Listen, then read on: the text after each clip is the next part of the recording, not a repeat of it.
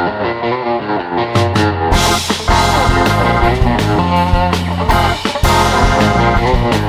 semuanya, balik lagi sama gue. Kali ini gue mau bahas soal series Netflix yang baru-baru ini viral, yaitu Gadis Kretek.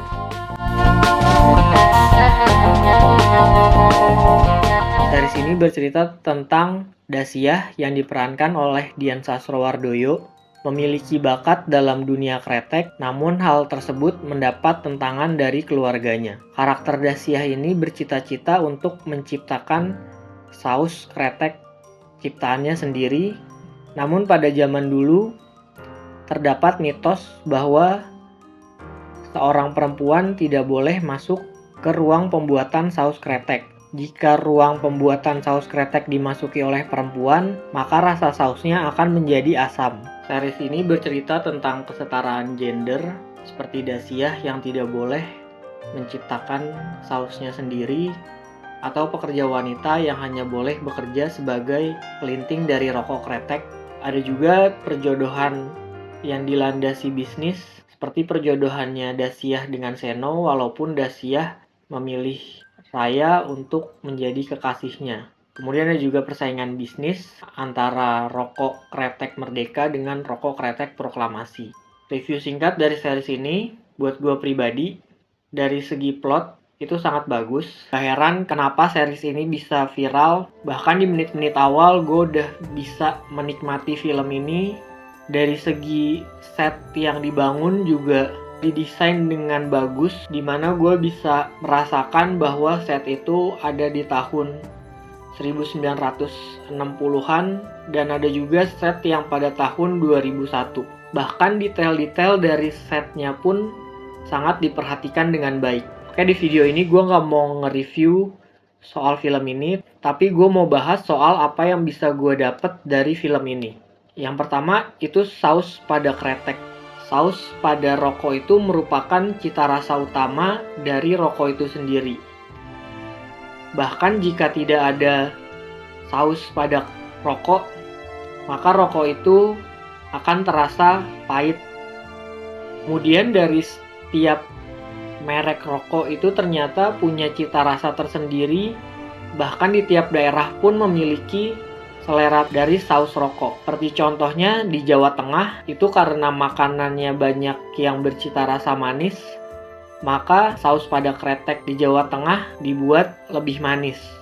Sedangkan di Jawa Timur, karena banyak makanan yang bercita rasa pedas, maka saus kreteknya pun juga saus dengan cita rasa yang pedas.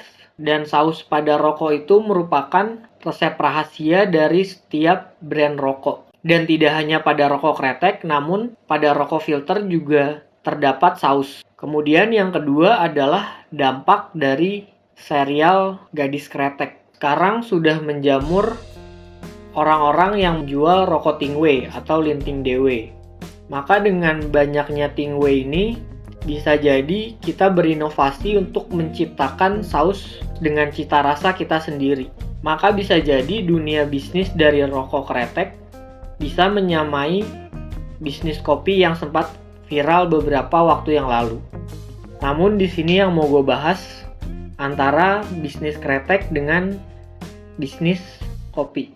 Kekurangannya adalah pada bisnis kretek adalah kita hanya menciptakan rasa untuk rokok itu sendiri. Sedangkan rokok kretek tidak banyak informasi mengenai cara pengolahannya, berbeda dengan kopi di mana dengan biji kopi yang sama, namun cara pengolahannya yang berbeda, bisa menghasilkan rasa yang berbeda.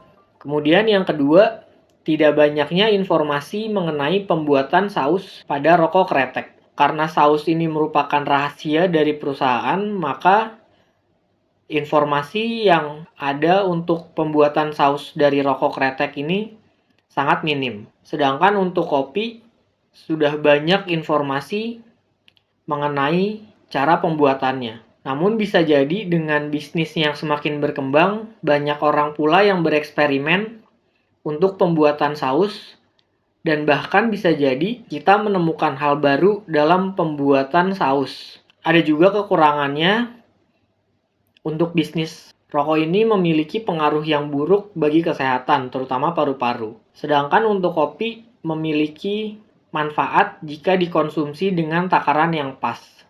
Namun ada pula kelebihannya dari bisnis rokok ini.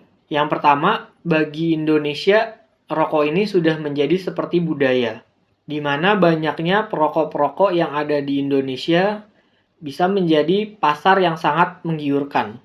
Dan rokok merupakan salah satu penghasilan utama negara Indonesia.